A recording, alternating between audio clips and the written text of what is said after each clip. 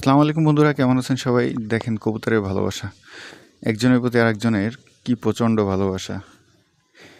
এটা আসলে মানুষের ভিতরে বিরল। কবুতর দুজন দুজনকে যে পরিমাণ ভালোবাসে, আমার মনে হয় না মানুষ এতটা নিঃস্বার্থভাবে ভালোবাসতে পারে। আমার কাছে অনেক ভালো লাগে।